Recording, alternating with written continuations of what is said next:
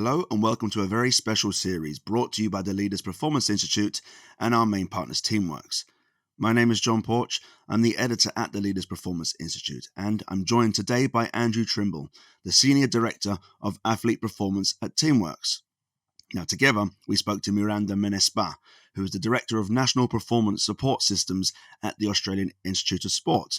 And we spoke to her about her work and some of the performance issues that arose in our recent special report called High Performance Unpacked Interconnected Performance Teams, which was our special look into the industry delivered alongside Teamworks.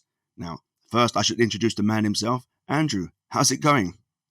All good, John. And really enjoyed this conversation with Miranda. I suppose a couple of the pieces around that leaders report we picked up on with the Australian Institute of Sport, and it's really good to dig into those. We kind of touched on them. I kind of scraped the surface a little bit in the report, and it's nice to get into a bit more detail with Miranda around just that medical room and her performance as a practitioner, her experience, and then now how she kind of implements that on a wider scope and a wider kind of understanding of what the implications are for that performance team. Just I suppose we touched on culture, which is a really interesting one, and the two ways that athletes can pick up on culture or inherit culture. They either feel the culture around them or they read it off the wall. Both are potentially impactful, but feeling that culture is so much more emotive for the athletes. And we talked about, as a practitioner, really kind of understanding athletes and being, ultimately being a life coach, as well as someone who gets an athlete back on the pitch, fit, training again. So there's a few things around staying athlete-centric and the practicalities of that Miranda got into that I find very, very valuable and insightful. That's great to hear, Andrew.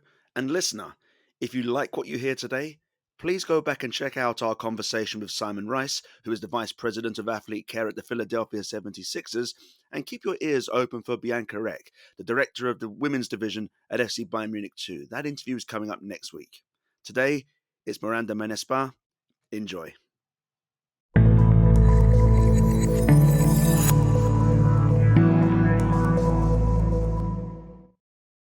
Our very special guest today is Miranda Menaspà. Miranda, welcome to the show. How are you doing? I'm doing really well, thanks, John. Fantastic. Glad to hear it. So, without any further ado, let's get into it. I wanted to ask you first, Miranda, about the question of building athlete-centric structures. Now, you are the director of the AIS's National Performance Support Team, I understand. Can you explain firstly what that means in practice? What do you tell people when you meet them at summits or at fancy dinner parties? Yeah, well, the first thing I say, one thing we've become really good at the AIS are really long job titles. They're sometimes a bit hard to decipher. So it's a good question. What that means in practice is the Australian Institute of Sport, our role has changed a little bit over the last decade or so in sport. Whilst we used to be an organisation that delivered daily training environments for Olympic, Paralympic programs and athletes, we do a bit of both. So we still have a function of that at the AIS in Canberra, but actually now we lead our high performance sports system nationally around Australia. We've got a really decentralised sports system, and Australia is a big country, as everyone is well aware. So the role for me is I would consider myself outward facing, and I work with all of our high performance partner organisations. So we have a state institute network where a lot of our performance support experts will work in supporting coaches and athletes to deliver on their performance outcomes, and also across the NSOs. So this LA Olympic cycle, we fund 42 high performance national sporting organisations and programs. And so we also work to connect all the practitioners in those networks. We try and create some efficiencies by making sure people aren't sitting in different sports duplicating their work. We try and share best practice and try and identify different areas where we can kind of fast track people's skills and capabilities by providing some professional development opportunities too. Fantastic. And how does that look day to day on the ground? So day to day, well, at the moment, I have just flown into Melbourne from Perth, which is, about a 4-hour flight, just state to state here in Australia. And normally I'm based in Canberra, so I travel around quite a bit, meeting up. We have a team of kind of discipline leaders across each of our different performance support disciplines. We actually have 11 nowadays. So outside of your traditional triple SM disciplines, we have a few more as new professions kind of come into sport in terms of helping our performance outcomes. And so we've gone with that team of network leads, and we've been over in Perth meeting up with the practitioners over at the West Australian Institute of Sport and at Hockey Australia. They have a centralised program over in Perth. So we do quite a bit of that. I will go and sit and with a lot of our high performance directors and discuss what their performance support structures and strategies might be. And then as part of the leadership team at the AIS, helping to assess sport high performance strategies for LA and Brisbane. We've got home games coming up. So starting to look forward about, how we categorise athletes and target athletes to make sure we're supporting the right athletes at the right time. And we are a bit separate from the investment now, but certainly have a bit to do with what the investment model looks like for sports in Australia for our Paralympic and Olympic programs. So I was a physio by training. It's really different now. Lots of meetings, lots of emails, which is very different to being kind of pitch side or on pool deck or whatever it might be, and getting the hands dirty, helping athletes. It's a step removed from that, I think. It certainly sounds like it, and you've painted a really vivid picture there. And so what is it about this structure that you have in place nationally that enables you to be athlete-centric? What is it about the way you do things that enables you to work with athletes and coaches to fine-tune the fundamental elements of performance? Yeah, well, this is something that we've been really intentional about, John. So when we established this team was established in 2018, again, when the most of our performance support practitioners who used to work at the AIS really became quite decentralised and were kind of went out into the world to be employed by sport or to go and bolster what was already a pretty good performance support workforce in the institutes. We wanted to make sure that the leaders of each of our different expert disciplines still had skin in the game to keep us relevant and to make sure that we really understood, okay, what do athletes need? What do coaches need? And what are the barriers that might prevent performance support people from doing their best work? So we consider that every day. We're out all around Australia. Our team is quite specifically remote too. So there's a handful of them based in Canberra, but we try and have our network leads dispersed in different states through Australia so that we actually have people so we can go and talk to, as an example, our strength and conditioning network lead, he's actually also the performance support manager in our water polo program.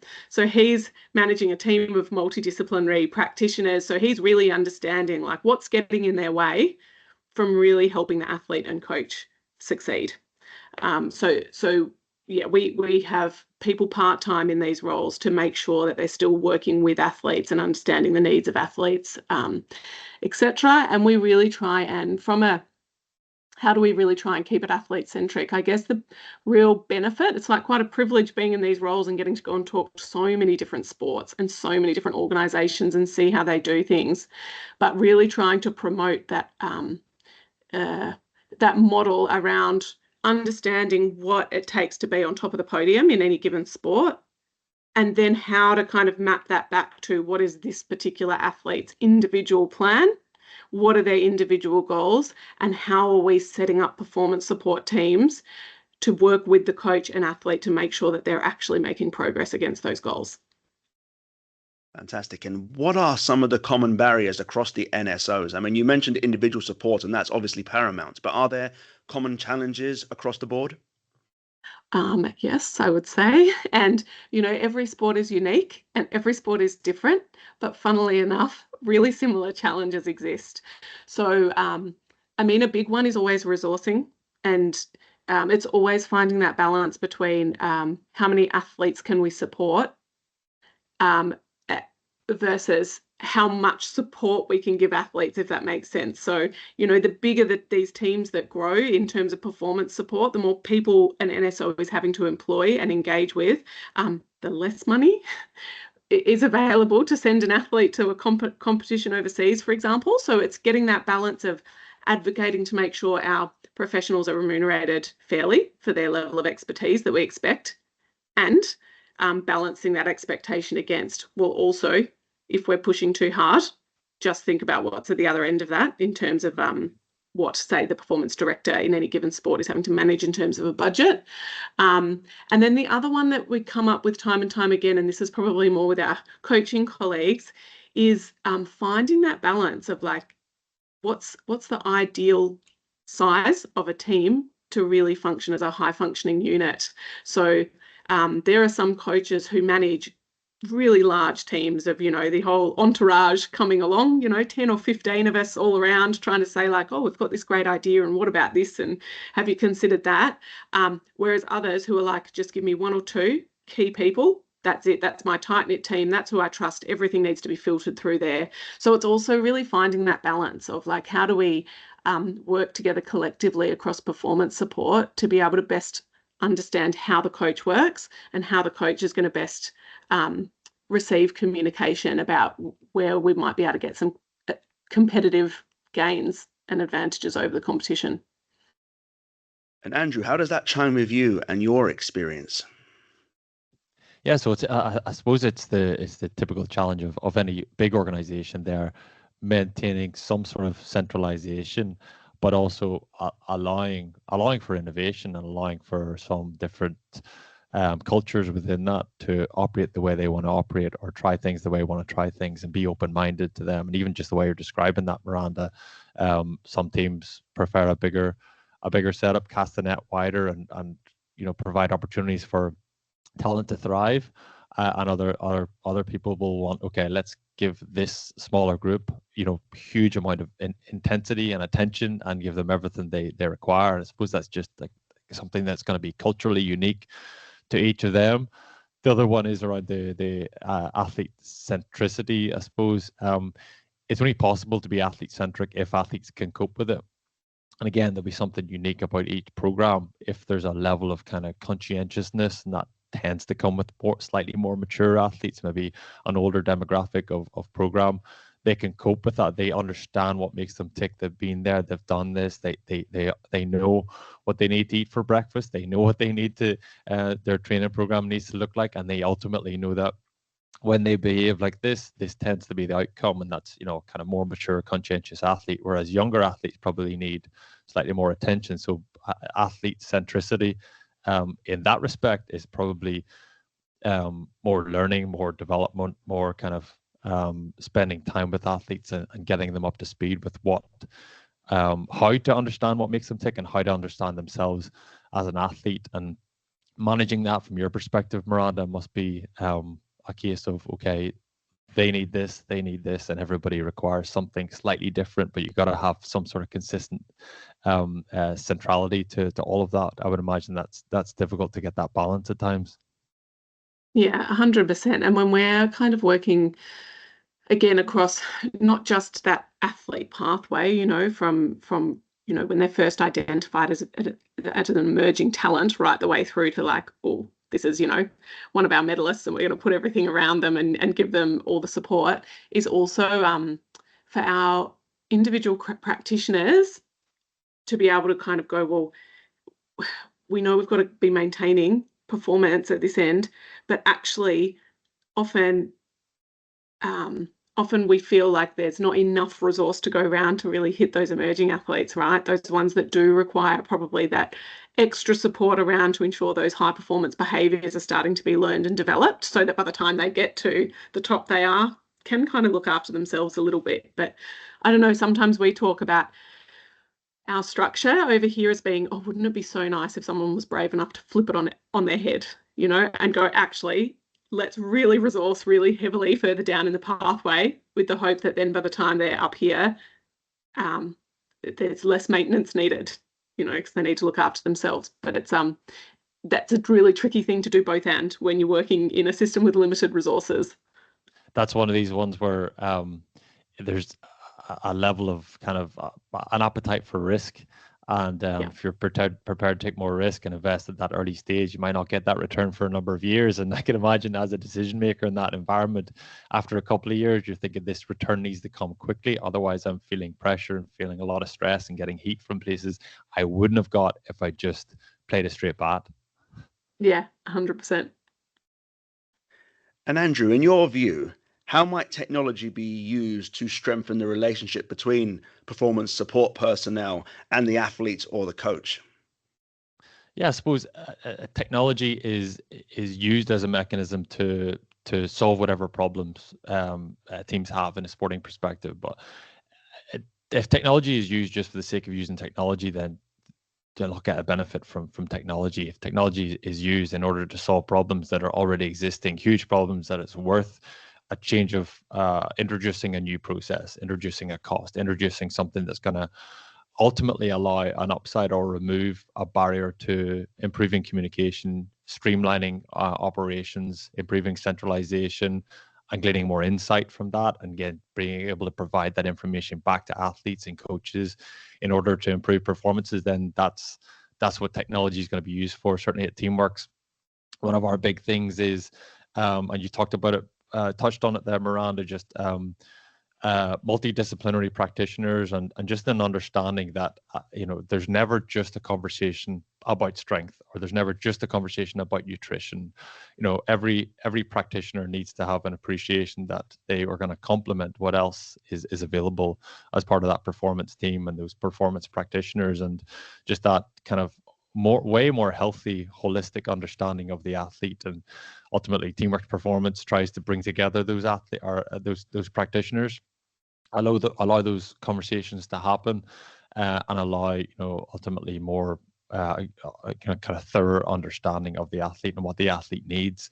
But Teamworks technology, AMS technology, performance technology, can only provide that if that has been a problem in the first place, and that's what teams are trying to accomplish. Ultimately, it's our understanding that most teams do want to accomplish that holistic understanding of the athlete and have a better understanding of what they need and where they're at. And if that is a big problem for teams, then ultimately, Teamworks Performance or other technologies can provide that. But it's not introducing a technology for the sake of introducing a technology. It's introducing a technology to solve a problem that we think is a really glaring problem, and the one that's worth solving from our perspective anyway.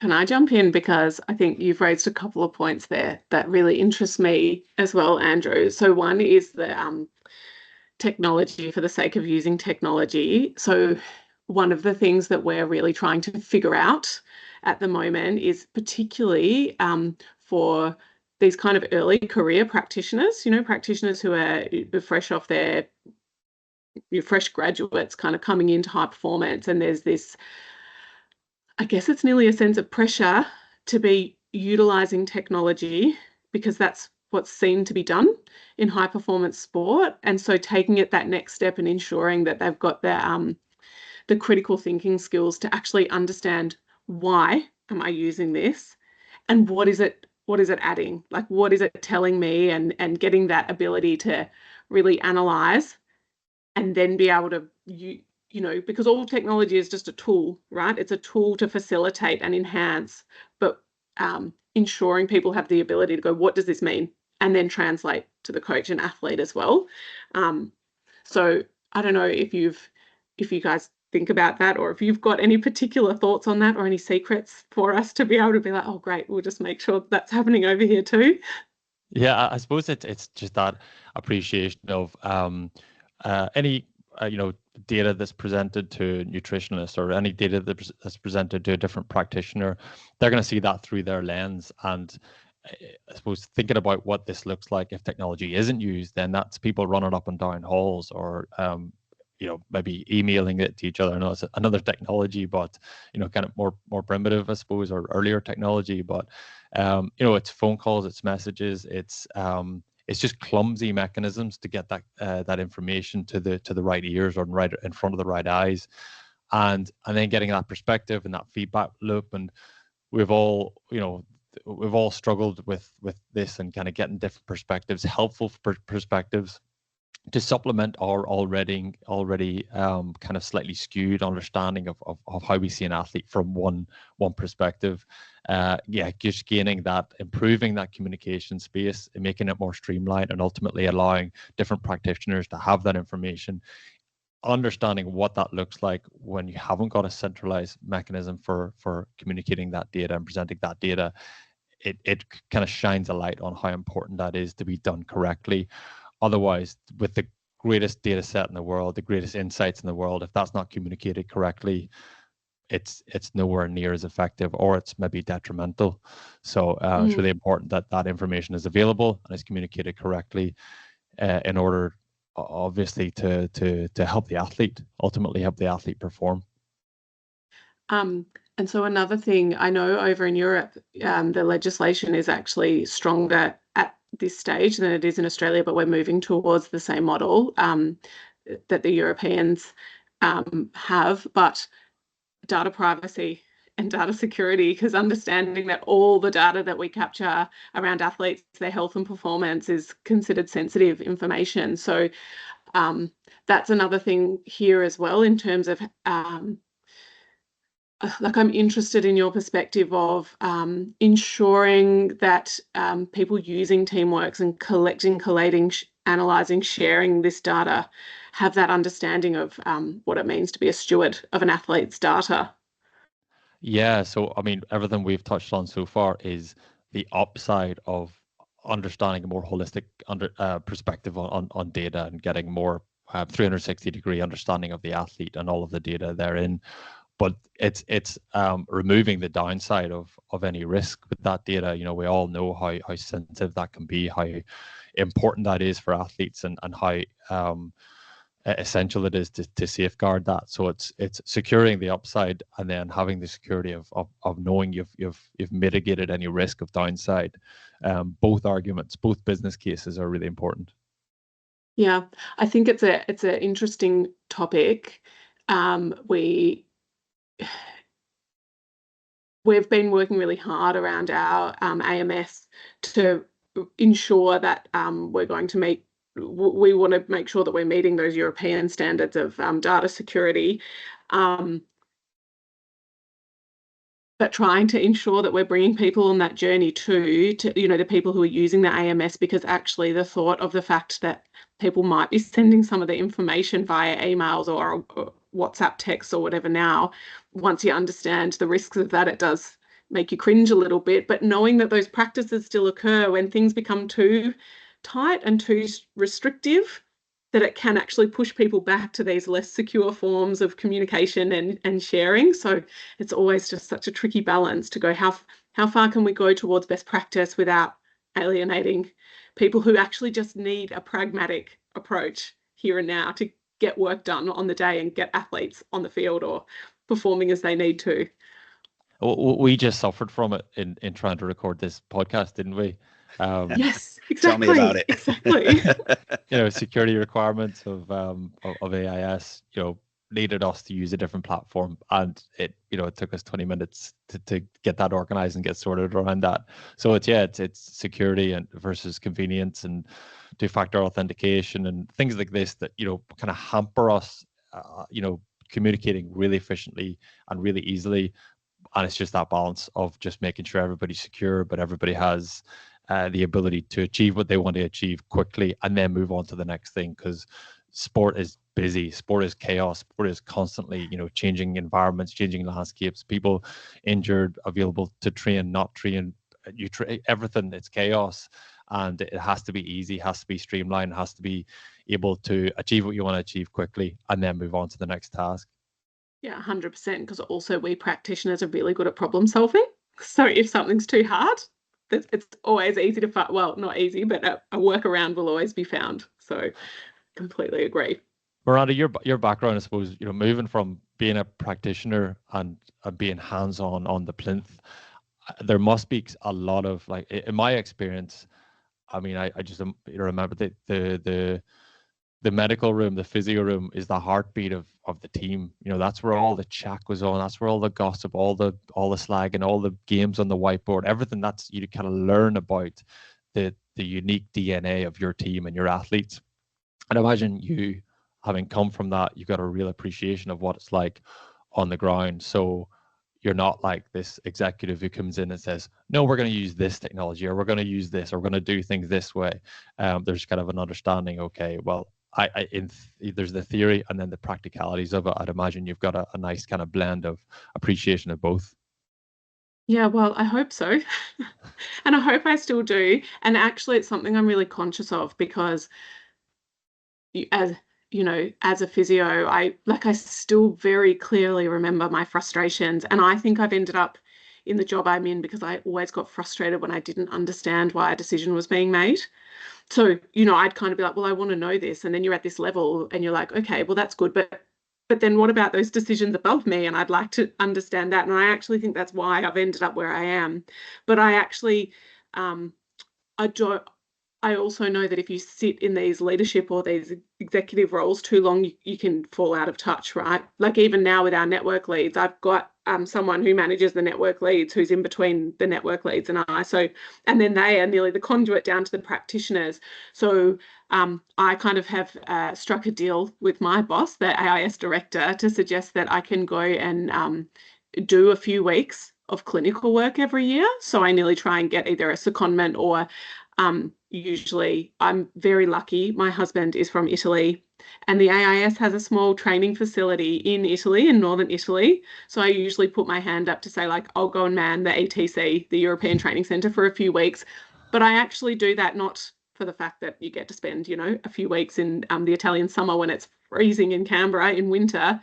I actually do it intentionally to try to keep in touch, though I have to be putting my notes into the AMS, that I'm having to still interact with athletes and coaches. I'm still having to, often the teams that'll come in that we're working with, their head physio is still back, in Australia, or they're away with another team somewhere. So having to communicate and share that information and feedback. So that's my way of trying to keep a bit grounded and a bit rooted, and trying to think like, let's not get too carried away with some of these bigger strategic decisions that would be so easy to sit back and be like, oh, yes, you use this system and we're going to do this because the budget says that's a good idea. But to actually remember, like, okay, what are the challenges? And again, keep just try and keep relevant, I guess, somewhat. And also because I only moved out of being a physio when I had kids and didn't want to travel as much as I did with a team, and always thought I would go back to it at some point. So it's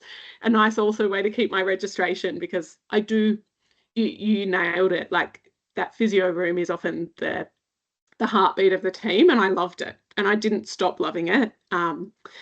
So, you never know, one day when the kids are a bit older and I have time on my hands again. I would imagine the same happens with athletes who then become practitioners or coaches. So, a practitioner who wants to implement something and convince a player or an athlete to behave a certain way, it's so much more impactful and so much powerful whenever they'll say, I've been here, I understand that this doesn't seem like that big a deal to you, but trust me, I've been here and I've done this and it's helped me in the past. There's enough authenticity and an authority to that can be very impactful, I would imagine. Totally.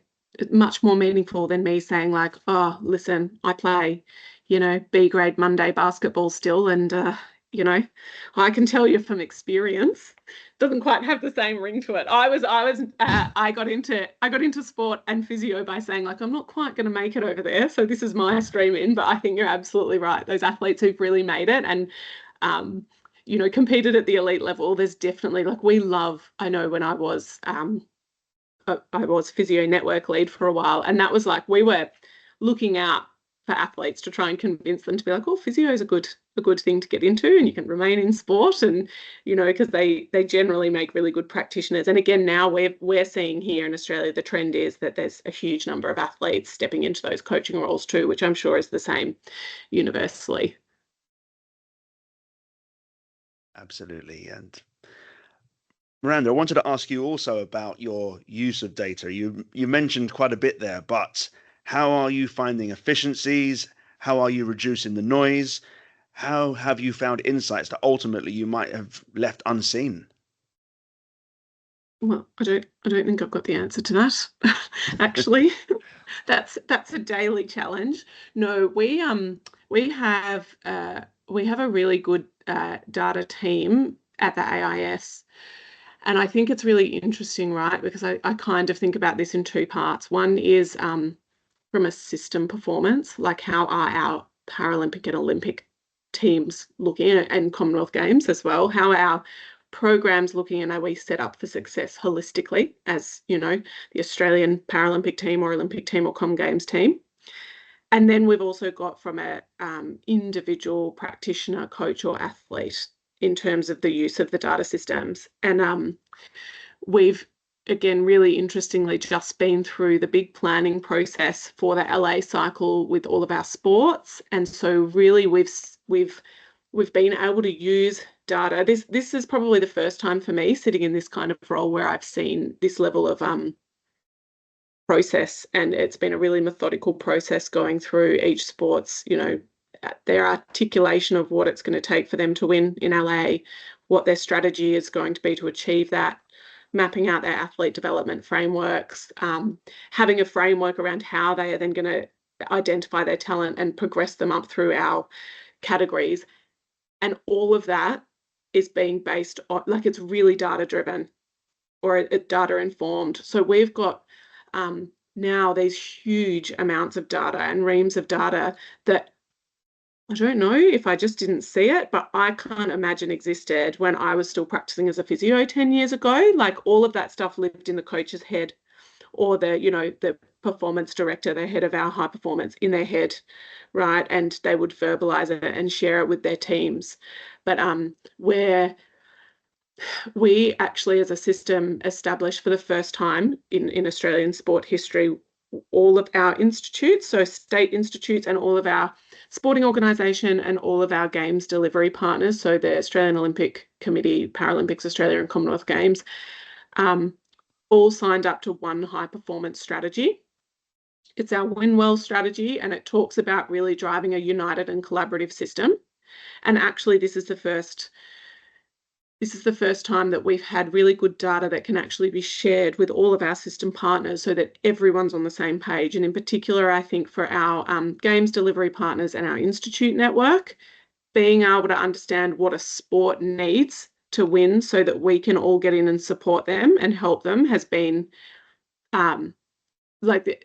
it's not a perfect process yet, right? And there's still big gaps in some areas, in some of the data, but to actually see, like, oh, well, at least we've got a bit of a benchmark and we can start now, and we know that we can kind of assess our maturity level in terms of how we're collecting and using some of that data is kind of exciting. And data never really excited me unless it was to do with like training loads and injury risk and all of that stuff of the past.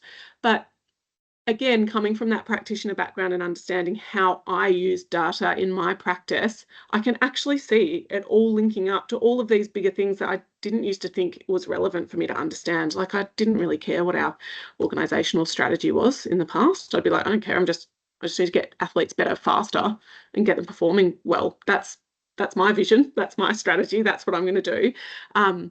But it makes it, I don't know, I do feel like data is a really good link to go from what I am doing here in the treatment room all the way up to the CEO of a sport presenting to their board. Like, I can see how it all lines up. So I don't know if that's even what you were asking, but it is something that it's nearly been a bit of an epiphany for me of late to be like, oh, wow, this is how it all fits together. Yeah. It's fascinating that that data and understanding and appreciation of data, and especially if it's kind of all encompassing from multidisciplinary different areas, and it's all aligned, and you can get this real kind of deep appreciation of the athlete. As you say, Miranda, like back in the day, whenever that existed in the coach's head, is just it's so subjective, and it's so it's likely to be inaccurate and subject to misunderstandings or what side of the bed that coach gets out of. And as an athlete, you're thinking, this is crazy to think that my career hangs in the balance and is at the mercy of how that's interpreted, and it's likely to be interpreted incorrectly. So there's a huge amount of, I suppose most athletes, whenever you share, being very, very carefully sharing data with athletes, it can be such a powerful tool to give them the reassurance you're on the right track. Look at the trajectory you're on. Look where you could be in another 6 months, 12 months. It's such like that's whenever, spreadsheets that seem like an accountant, is going to be the only person that's going to get excitement out of that, to, okay, as an athlete, that is so exciting for me. This data is telling me I'm on the right path, or crucially, that this data is telling me that there's actually a flaw in my program and something I need to address. And maybe this is why, I'm not quite where I thought I would be, or I might be, or aspirationally where I could be in the next 12 months. So it's just whatever, as you say, Miranda, whenever it comes alive, and actually the impact of this is it's so much fun, and it's so it's so exciting for an athlete to feel like, okay, I could fulfill potential, or I could get to that next level of where people thought I could never get before, and having that objectivity and the confidence that an athlete can get from that. Granted, sharing any data with an athlete needs to be shared carefully, because sharing with someone who's doing a PhD in sports science is one thing, but sharing with an athlete who just wants to know how fast was I, how fit am I in good shape, like simplistic versions of that is an interesting process, and one that needs to be done carefully. One thing that I really loved seeing, actually, so I was working in the women's water polo program when we were one of two sports to pilot when we first went on to our athlete management system. So we hadn't used one before. We used to do the paper-based slide something under the door and fill this out in the morning when you're on camp. Okay, so I just realised that's giving away my age a little, but like seeing how that data empowered the athletes. So my philosophy also was never one of compliance. It was more if you're interested, this could really help you fast track your development. So you being able to show athletes, and often, it's those highly motivated athletes that get on board, but so interestingly, they then become the mouthpiece to the rest of the team as well, right? Of like, oh my God, you guys aren't using this tool, you're crazy. Like, you're missing out. This can give you an edge, and to understand your body a bit more. And like you said, have that objective data, make them feel more confident. The other thing I think is really interesting when you were talking about the coach's eye and the subjectivity.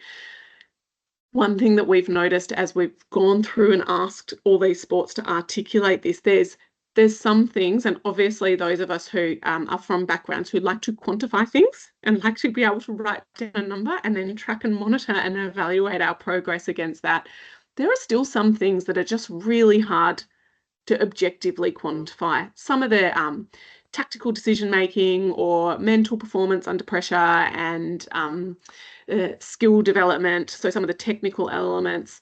But I think we've come such a long way in data that even like our coaches are doing a much better job of being able to say, well, it's still a bit subjective, but actually at least we can start to break it down and be like, well, these are the things we want to see when someone's at the highest level. And at that next level down, here's how it's a bit more like narrative or descriptive, but at least I feel like we've gotten used to being able to be like, yeah, but how do we measure that? And so whilst we don't have these descriptive measures of, I don't know, skill development might not be like objective or valid and reliable, at least we're starting to try and write them down. So it also makes it a bit more transparent for athletes, right? So they're not just guessing what side of the bed did the coach get out of today. They can kind of see a little bit more, and surely that makes it easier for coaches when it comes to squad selection and stuff too, right?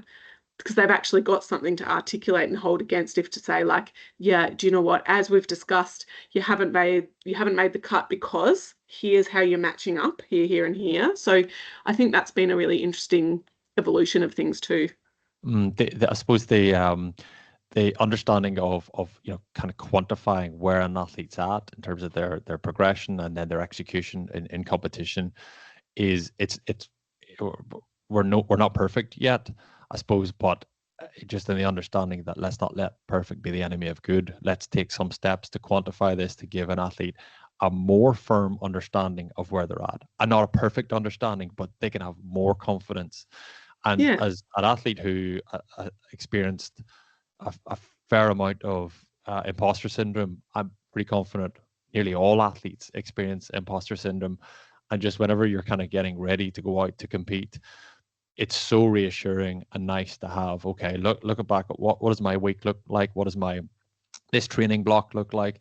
And if your numbers tell you you're in good shape, it's a lot easier to win those mental battles around, why would I perform tonight? Are people going to find out about me? Am I going to get, not going to have a good first touch and then not have a good night? Or by contrast, it's so powerful for an athlete to say, look at my numbers. There's no reason why I won't perform, because whenever my numbers, when my behavior looks like this, my performance looks like this, and that's a performance I'm proud of. And then by contrast, the other way around as well. Look at how that week was kind of a shoddy week, or that training block was a shoddy training block, and by contrast, my performance where I'm at now could not look more different to what it was whenever I picked up an injury, or whenever I performed badly, or we lost, or some heartbreak. And there's always emotion all tied into this, but it's about just kind of stepping away from the emotion and replacing that with a rational, it is very likely I'm going to perform today. And that's powerful for an athlete to have that ammunition. So can I ask you as well then, Andrew, on the flip side, did you ever experience when you're feeling good and actually you're like, oh, but actually my numbers are no good? Like, because I can imagine that would have, it's the same powerful effect, but it could potentially be negative too, right? Yeah, there's a whole psychology to this. And I remember I used to have, a few kind of interesting conversations with a few teammates around this. My calves used to cramp in around 60 minutes every game. So I started taking magnesium, or I started getting massage, or the magnesium was a thing. The guy changed him beside me in the change room, a shot of magnesium before the game. And it worked 2 or 3 weeks in a row, as in I didn't cramp and I felt good and played well. And then one week I forgot the magnesium shot, didn't take it. And he said to me afterwards, what are you going to do now? Because you didn't take one and now you've played well. Now you've completely destroyed your whole mentality. So it's really important to kind of separate off, like, what is mind games and what's kind of tangible, quantifiable data that you can rely on. And again, there's a difference between, an athlete's behavior and routine and on game day, going for coffee in the same coffee shop because we've won 5 games in a row and we've always gone for coffee with the same people. If one of those guys doesn't turn up, or you have to go somewhere else for coffee, are we going to lose? There's the whole psychology and the superstition behind it as well. It's just kind of separating off what's superstitious and then what's grounded in real data. Yeah, 100%. We one of the programs that we oversee at the AIS is the Female Performance and Health Initiative, and we've just started like a global alliance for female athletes. But one of the things we discuss quite a bit, there's so much, I wouldn't quite say misinformation, but there's a lot of that too. But there's so much information being shared based on really spurious evidence, for example, around some of the menstrual cycle tracking. And about, phase-based training, etc. And this is not my area of expertise. We have other experts that run this program for us. But like one thing that's discussed quite a bit is when is it useful and when is it not, for example, to be tracking your menstrual cycle? Because we all know, the dreaded PMS and like, oh no, like, so there's been all this research done into hormones and how that might affect performance as well as health. And we know there are implications and long-term implications for our women and girls who are really pushing themselves at the elite level. But a lot of the stuff around performance, there's not really much hard evidence to suggest that actually tracking your cycle is any or like really understanding your hormonal fluctuations month to month is any better than just being like, how am I feeling today? Am I feeling good? Right, I'm going to go and I'm going to lift hard, or I'm going to run hard and I'm going to push myself. Am I feeling completely rubbish? Do you know what? Maybe I'll go do like a real technical session today and just ease off on the load because I'm not feeling great. And actually, we suspect that it's much of a muchness. So that's, I think that is part of playing into the psychology too. Now they're going to be athletes, and the practitioners that work with the athletes who actually really love and rely on that and nearly need that to have the confidence to go and say to the coach, look, I need to take it easy today. versus those who are really probably and often maybe are more mature athletes, or those athletes who are happy just to be like, no, I'm just going to kind of self-moderate a little bit today, and I can explain if that's questioned, I can explain things. But I just think it is an interesting one, right? Like, so data can be so helpful, and data can actually also be, I think, if we allow that to rule, like instead of being data informed, if we're really like, well, what does only the data say, and take away from any of that other element of just being human and psychology, and you know, we know performance is so multifactorial. If we only listen to the numbers, I think that can be a bit dangerous too sometimes. We did with Teamworks, we did a women's health webinar a couple of months ago, and there was a female professor from Clemson. Really, really interesting contribution to the conversation she made around just the amount of research there is in women's health, and how it's really only just getting started, our kind of understanding of women's health, and there's just been nowhere near enough research done. There's nowhere near enough data. So whenever the sample size is small, there's always going to be difficult results, or inconsistent results, and no kind of firm understanding. And until we do more research, we have more of a grounding in women's health, then we can get more confident around that. But the answer to all of these problems, or all of these misunderstandings, or all of our hang-ups and subjectivities around this, is more research, more data, and then more certainty around results. 100%. We've just started quite a big research project, just doing an evidence gap map, so we can actually really understand where is there really solid evidence behind certain female-specific health and performance considerations, where is there evidence that is out there but it's of poor quality, and where is there just nothing. So we've got a couple of unis partnering with us. We've got a couple of postdocs and PhDs working on it.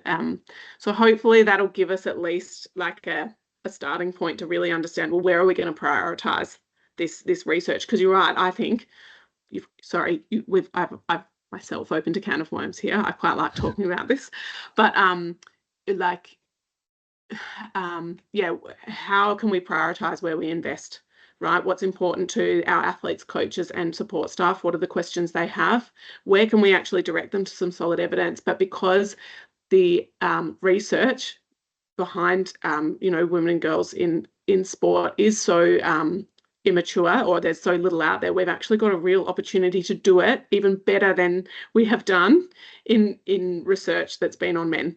So we also know that some sports science research and sports medicine research has, some of our hardcore medical or science colleagues might be like, oh yeah, but that's sports science research. There's been a few over the years. There's been a few things that have been picked up to say like, oh, this statistical model wasn't great, or whatever it might be. But we've got such an opportunity now because it's this emerging field of research. So like, I would love to chat to anyone who's listening to this who's a bit like, well, we want to do it, and we want to do the best quality research we can to really start to make sure we're not just filling the gaps with noise, we're filling the gaps with like really solid, good quality evidence. And a question for both of you, in fact: what is the best way to blend subjective and objective data sources? So how do you collect the stuff that athletes tell you day to day, just about how they feel, for example? What is the best way to capture that, put it in your AMS, and ultimately use it to inform your decisions alongside that evidence-based material as well? Go for it, Miranda. Okay. This one's an interesting one, because this one to me, like, it's an easy one to do as a physio or as a clinician because of the way we're trained in writing our notes. So we always we use a SOAP notes kind of based system, where the first section is your subjective assessment. So that's really easy because we're like, oh, John, how are you feeling today? What have you noticed? How did you sleep? How's your pain level, right? Like, that's all subjective data, and you just write it in. But you can, the tricky thing about that stuff is it's harder to measure over time, in terms of, it does at least keep track of, if you want to go back through your notes, you can kind of have a look at some of this. I think it's interesting when you get to then that multidisciplinary team.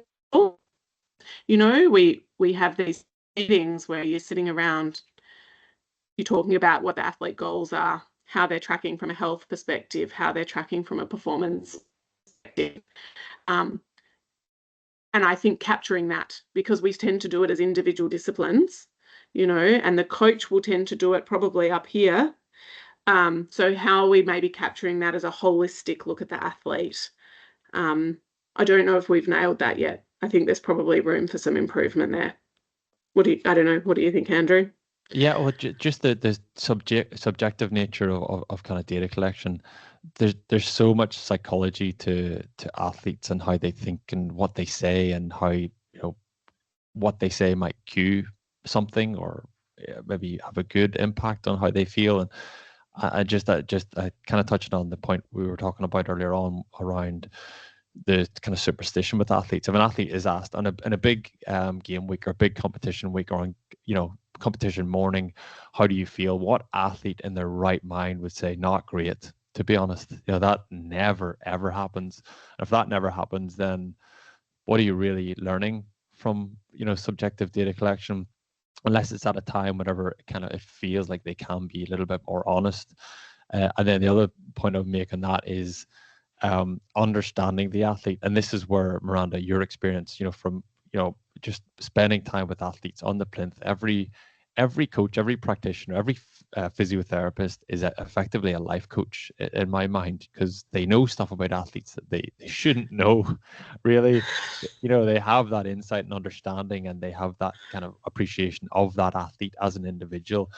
And kind of just naturally they'll interpret what the athlete says through the lens of the mouth that it's coming out of, and conversations they've had with that athlete in the past, and they'll be able to understand that in the context around what's being said way more clearly than if it's written down or shared in a database somewhere. So, and again, that's just because you understand intimately that athlete.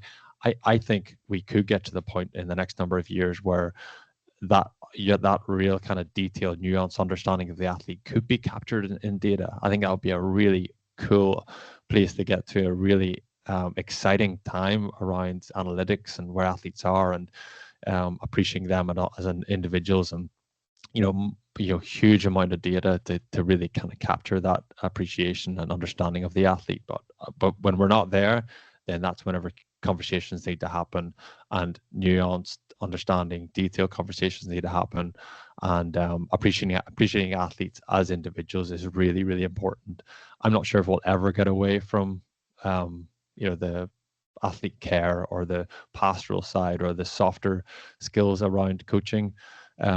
We might move away from it a little bit, but I think there's always going to be something inherently like a personal connection with an athlete. Understanding them as an individual is going to be really important.